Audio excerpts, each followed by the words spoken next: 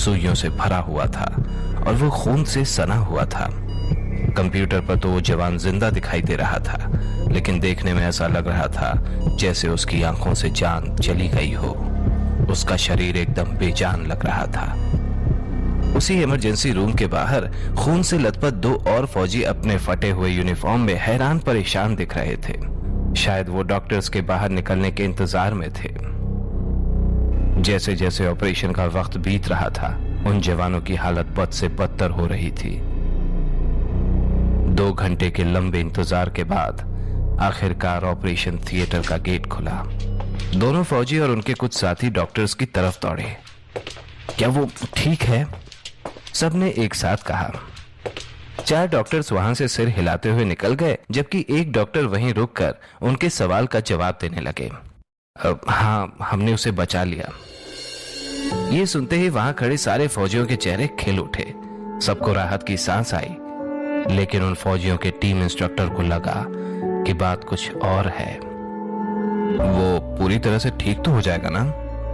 Team instructor ने पूछा।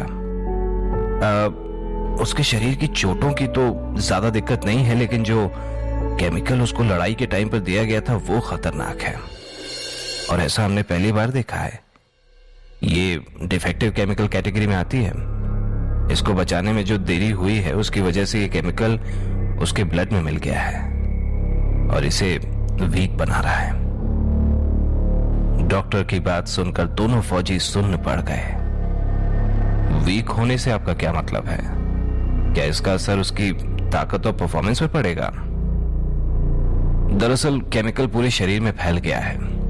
अभी यह कहना मुश्किल है कि इस केमिकल का उसके शरीर पर क्या असर होगा, लेकिन इसका असर घातक भी हो सकता है। इसके साथ जो हुआ उसके लिए मुझे बहुत दुख है। देश के ऐसे जांबाज के साथ इस तरह की घटना होना वाकई हैरान करता है, डॉक्टर ने निराश होकर कहा। डॉक्टर की बात सुनकर दोनों फौजी और उनके साथी शॉक्ड थे। दोनों फौजियों के चेहरे पर 12 बजे हुए थे। तभी एक फौजी ने अपना आपा खो दिया और जोर से दीवार पर अपना हाथ दे मारा।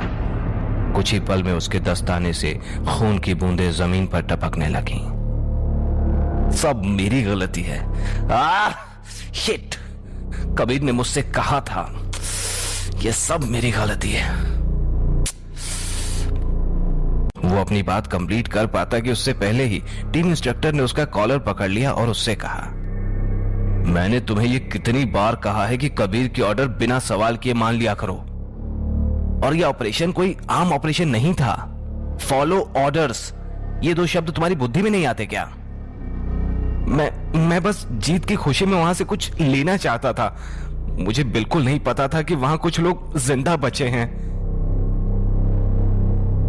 इसी बीच चेयर पर बैठे सीनियर ऑफिसर ने पूछा, आखिर वहां हुआ क्या था? बताओ मुझे। दूसरे फौजी ने दीवार का सहारा लेते हुए धीरे से कहा, कबीर ने हमें वापस लौटने को कहा, और जब विशाल वहां से कुछ लेने गया तो तभी एक साइंटिस्ट वहां उस केमिकल का इंजेक्शन लेकर विशाल पर अटैक करने लगा। कबीर विशाल को बचाने गए और वो केमिकल का इंजेक्शन उनको लग गया।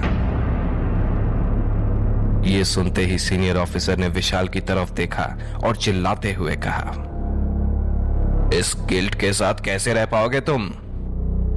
मैं बस कबीर को ठीक देखना चाहता हूं। विशाल को सिर्फ कबीर की चिंता थी। इन सब बकवास का कोई फायदा नहीं। जाओ अंदर जाओ और देखो कि वो ठीक है कि नहीं। डॉक्टर ने दोनों को चुप कराते हुए कहा, जिसकी बात सुनकर दोनों फौजी हिम्मत करते हुए कबीर के कमरे के अंदर तक गए। क्या वो अभी भी मिलिट्री इंटेलिजेंस ब्यूरो ज्वाइन कर सकता है? टीम इंस्ट्रक्टर ने सीनियर ऑफिसर से पूछा। सीनियर ऑफिसर का जवाब झिझक भरा था।